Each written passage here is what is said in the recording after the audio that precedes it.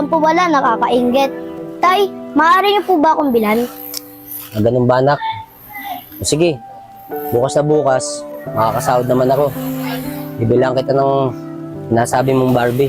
Talaga po, Tay. Maraming salamat po, ah. Oo naman, anak. O sige na, magpahinga ka na muna dun. Siguro, pagod na pagod sa kalalaro mo. Sige po, Tay. O sige. Tay, Tay! Jackie, kasi si tatay? Wala pa si tatay eh. Baka mamaya padating na yan. Ah?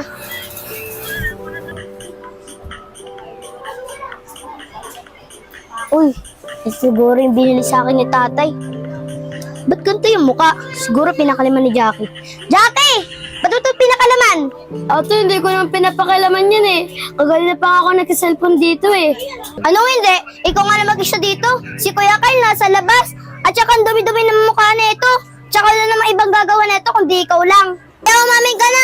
Pag di ka umamin, sumbo kita kay tatay. Kahit pa aminin mo ko ate, hindi ko talaga nagalaw yung manika mo. Gusto mo sirain ko yung cellphone mo? Irish!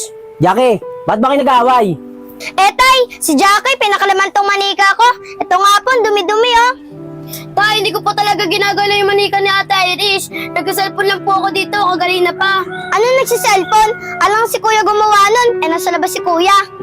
Totoo ba yan, Jackie? Hindi mo pinakilaman yung manika ni Irish? O sige, ganito na lang.